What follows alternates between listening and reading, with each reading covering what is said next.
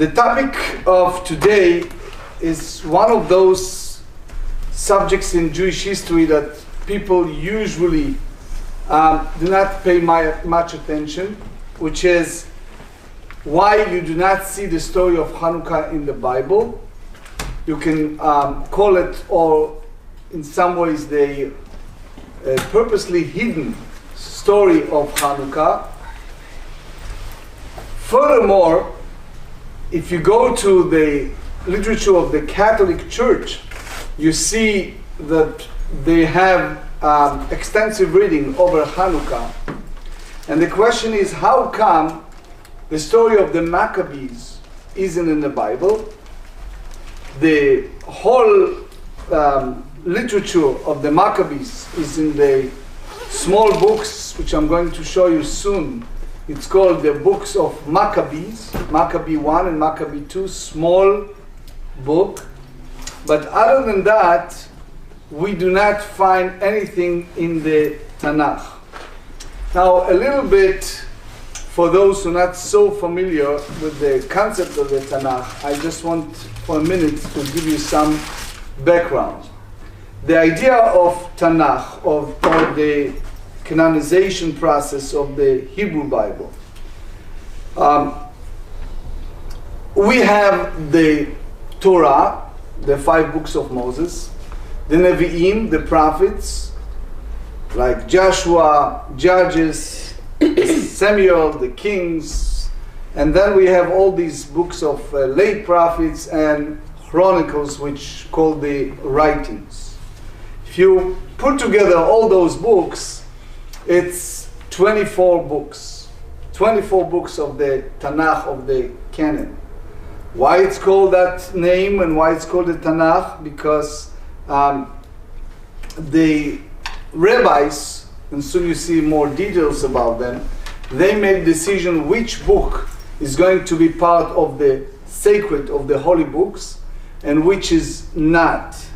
So first, the word canon originally comes from the Greek, and it means either standards or measurement. So when they are referring to a scriptural canon, the word is used to designate a collection of writings that are considered authoritative within a specific religious group. So when we have the Tanakh, the Jewish people have the biblical canon, that's the 24 books. Why is that? Because the rabbis felt certain books, for example, Ecclesiastic, the Kohelet, has a lot of issues. Should it incorporate it with Tanakh or not? And eventually the rabbis said it should, with all of its challenges. Another book that was a big challenge is the book of Esther, not just for the issue of anti-Jewish sentiment or anti-Semitism, but more, and eventually it was voted to have it part of the Tanakh. However, the 2 books of the Maccabees, it's called Sifrut Chitzonit, which means it's a literature that you have it as part of the ancient Jewish writing, yet the rabbis excluded from the Tanakh. For those who are not familiar with the whole story, we should know that the non-Jewish world, or they can go for the Christian world, they have additional 15 books. We have the 24 books of the canon, and they have the 39 books. The 24 books contain certain books that they felt they carry a sacred message of prophecy and more. So how come Maccabees 1 and Maccabees 2 are not part of that?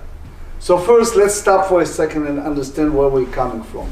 We have the story of Hanukkah. We, the Jewish people, about to get to the 2020, are celebrating Hanukkah everywhere in the world.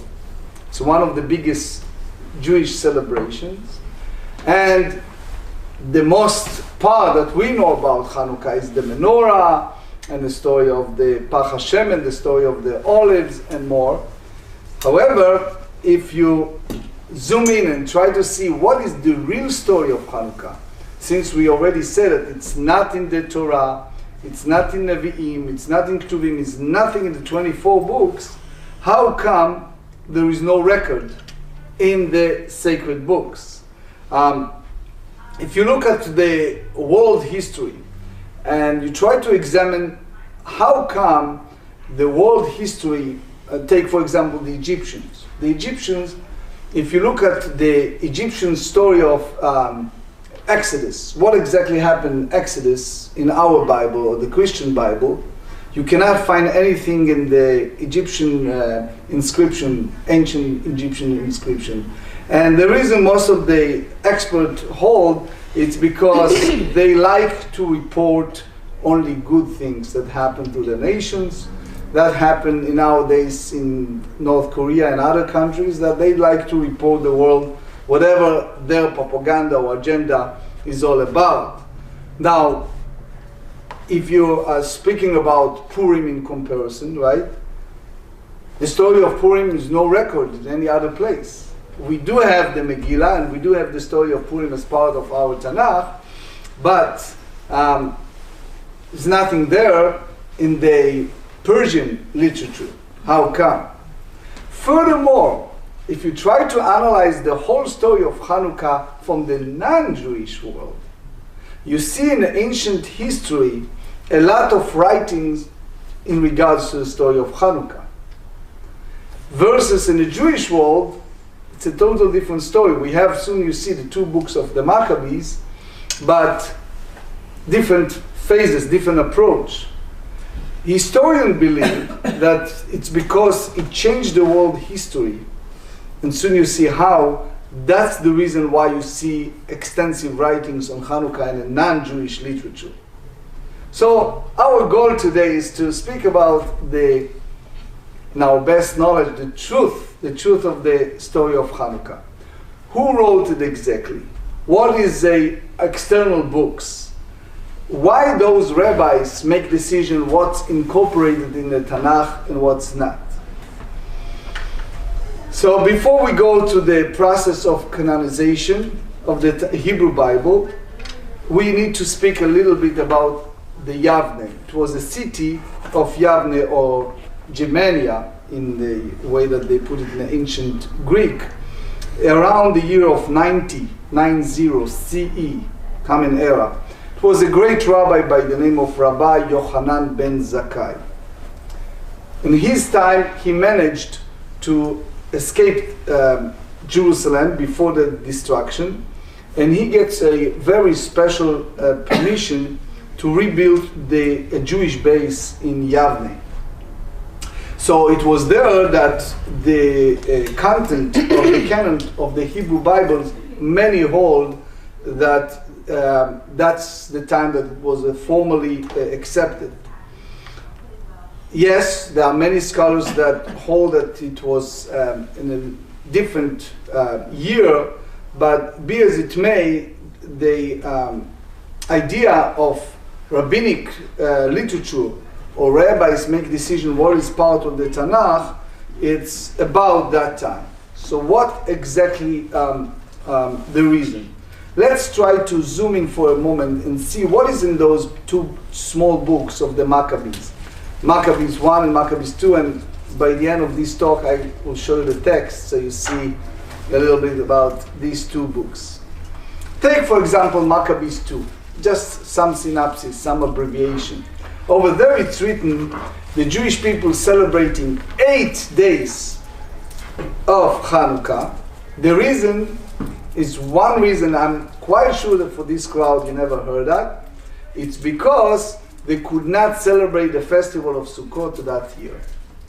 Did you ever heard that? No. No. All right, so we're in a good shape.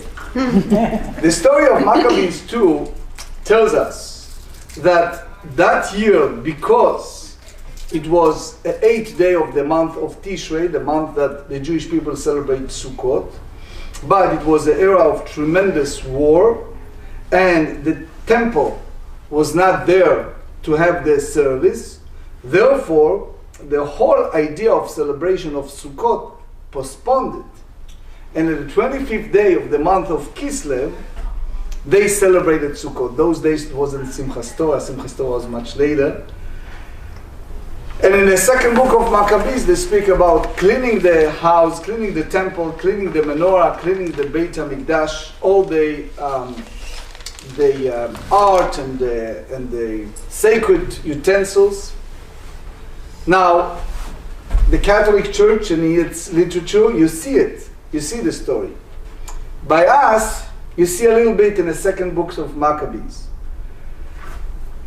Now, Nes Pach HaShemen, the miracle of the oil, is not there.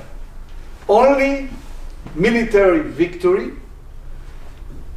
and the military victory applies to a certain small group of Jews that fought against the great army and won.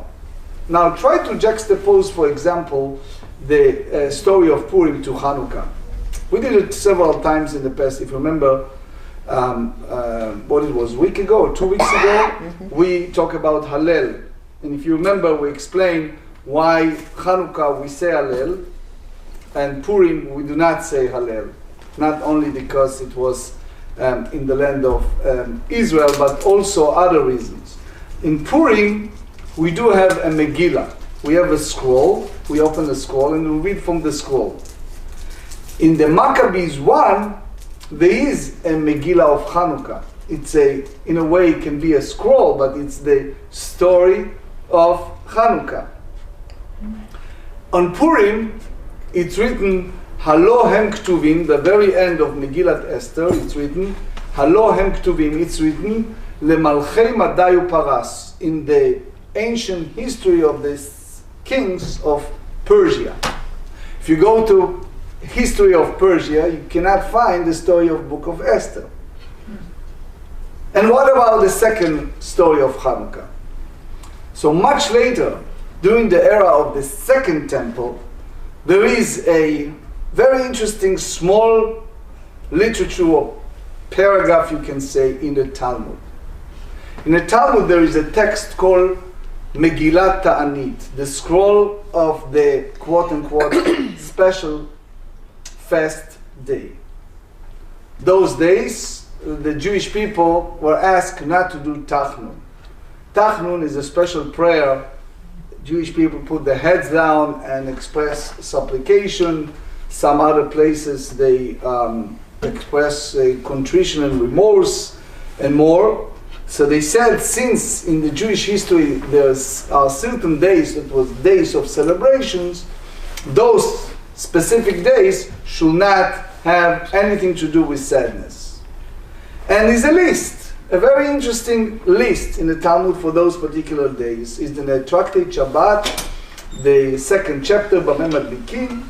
Here is just a paraphrase of the text in the Talmud. My Hanukkah, the Talmud asks, what is the meaning of Hanukkah? Now is the introduction of a new idea. Instead of winning the war, they're speaking about Nes Pach HaShemen, the miracle of the olive. What exactly happened? What transpired? So here is the Talmud tells us it was a time that we're all familiar with the story, that they went to the temple and the temple defiled. Well, if we have time, we'll go and visit the exact details. But because it was a little jar that's supposed to be for 1 day and it was good for 8 days, so therefore is a celebration of Hanukkah. In the general world, that was a very special time. It's the end of the Greek era and the beginning of the Romans era. Historians believe the reason you see a literature of Hanukkah in a non-Jewish general world, it's because it has an effect not so much on the Jewish world, but in the general world, because the leadership of the Middle East, or even you can argue and say big part of the world, changed from the Assyrian Greeks to the Romans. Now, a big question you can ask, so how come Maccabees 1 is not part of the Tanakh? A little bit of history, what transpired at that time, because there are several theories. The comment one was, it was a era of the great Greek control the world. Greek meaning a lot of culture. It's a literature, it's a architectural engineering, it's the world of math and more. That big part of us to this very day has an effect from that Greek story. Take for example Aristotle, which I'm sure you're familiar with the name. Aristotle, one of the horrible defamation of character to him was a publicity that he is Jewish or part of Jewish faith, which wasn't true. Yes, he has a disciple by the name of Pratis that was Jewish, and the story goes that he asked that disciple, who are the Jewish people?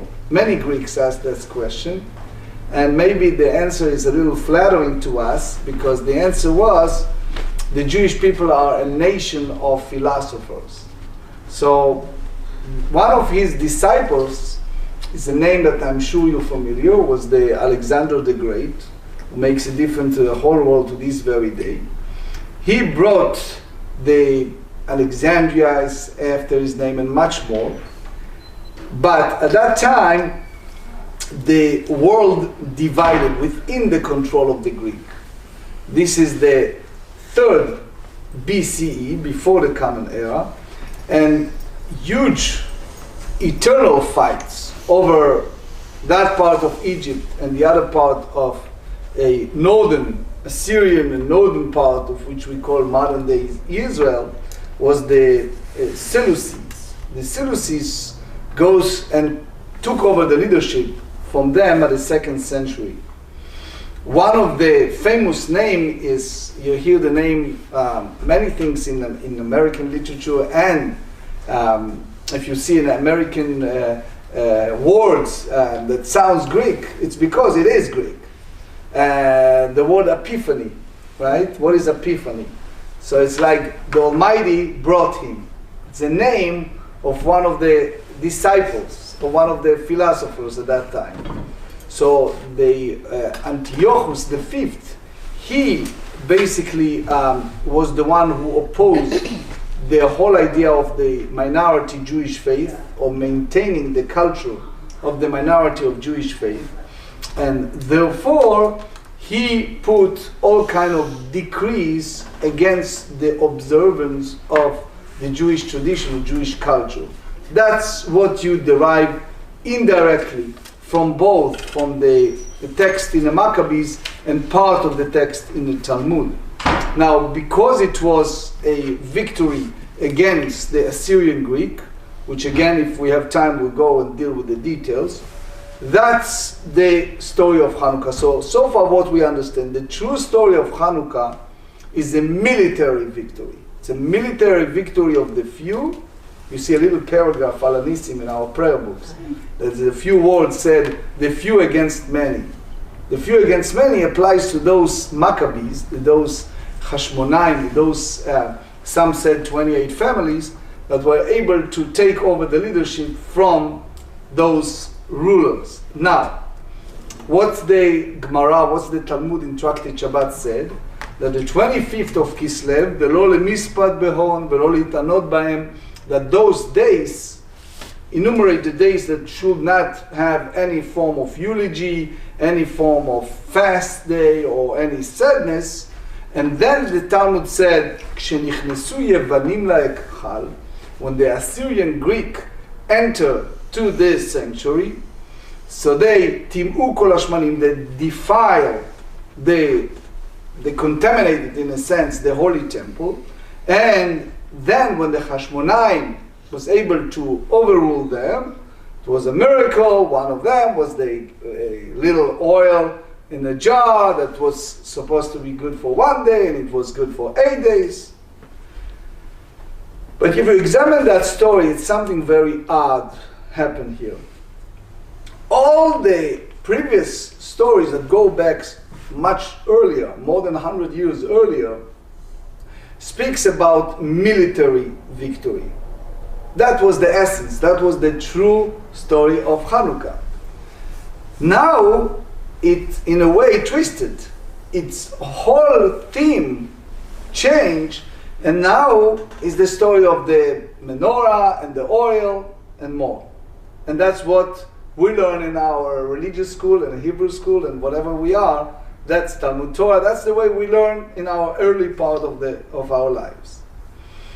Now, how come? How come you have Book of Maccabees that tells the story of the Megillah and tells the story of military victory, and it's a very succinct but clear story of few against many? Why all of that almost totally abolished, and now you have a story of the menorah and the oil?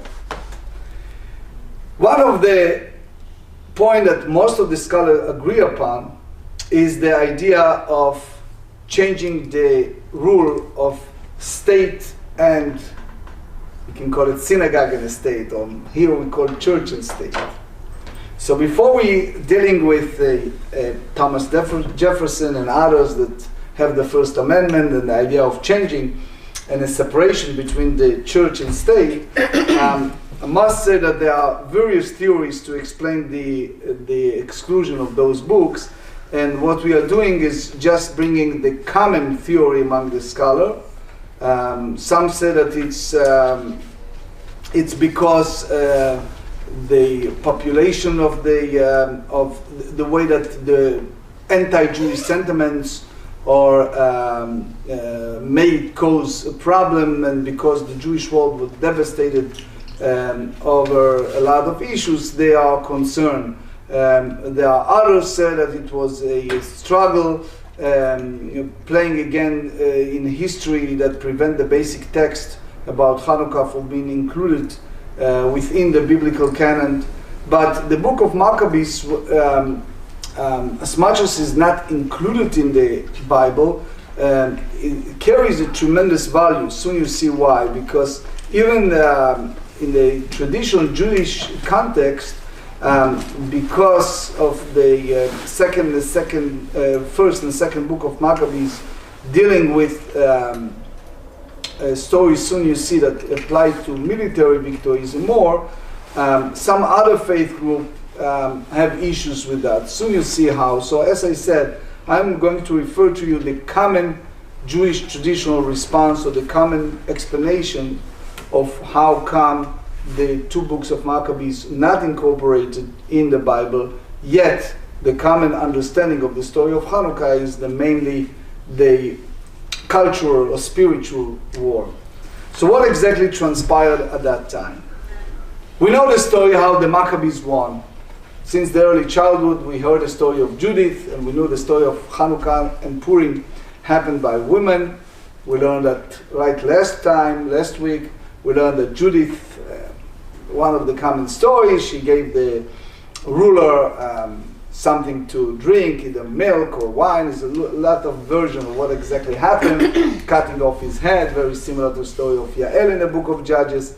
And that's one story. She was the daughter of the high priest Yohanan. Is another version that's written in the Bible about the 7 sons and Hannah, which again we're not going to deal with that today. But because it wasn't a direct descendants from the house of David, the Maccabees, the Hashmonaim, after the victory, they became the ruler. Two interesting phenomena happened. One, the whole fight was against Hellenism. The whole fight was against enculturated and assimilated with the culture of the Assyrian Greeks. Unfortunately, when their king took over, his name is Jonathan, the first king, he basically held the authority of both. And soon you see what do I mean by both. Again, people think that Jefferson or American invented the idea of separation between the church and state. If you look at the Torah, the Bible, we see it very clearly. We have Melech and we have Kohen Gadol. We have a king and we have the high priest. So even in the ancient biblical time, it was a separation between the synagogue and the state. But the beginning of the inculturation of the Greek life, Greek methodology, Greek theory, Greek way of life and more, it was a cultural fight.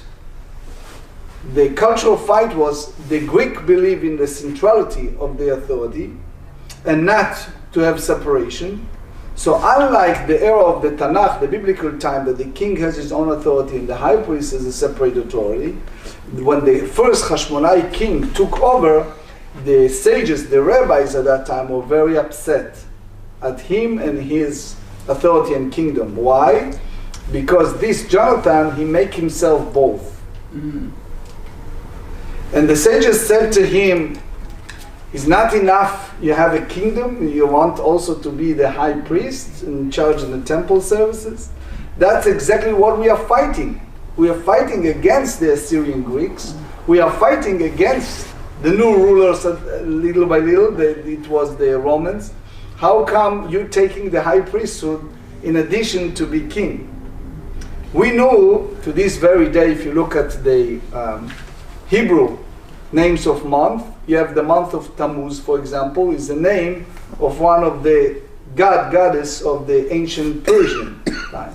If we take the month of English calendar, the July is from Julius Caesar, who made himself, okay, or August. It's all issue of, right? Judaism have issue with that, with making the secular administrator authority the religious center. And the sages not only strongly and adamantly opposed it, but they absently they said that this cannot go on. Now, how long the military lasts? Some said approximately 100 years. But in the year of 69 BCE, it was a fellow, according to the book of Maccabees, whose name is Pompey. He entered the Holy Temple, and the Jewish people now change the authority, meaning they are no longer under the Greeks, they're now under the Romans.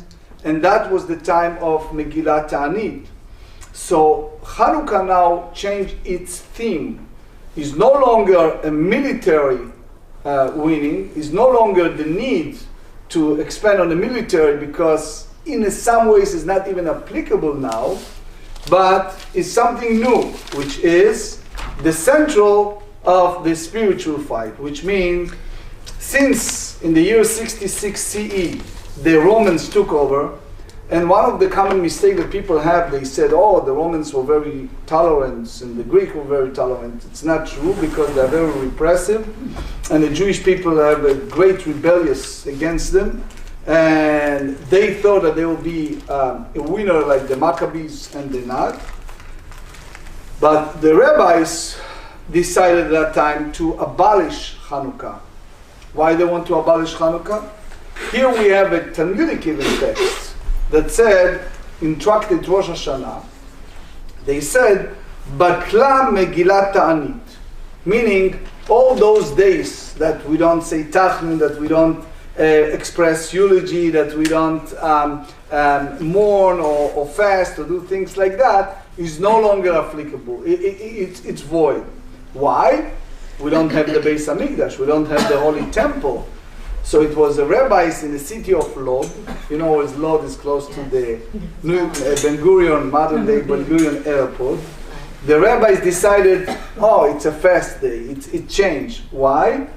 They decided that since there's no temple, they should abolish the whole military victory and more. Now, it was two rabbis, it's always a story like that, right? The two rabbis, Rabbi Eliezer and Rabbi Yoshua, that they opposed it.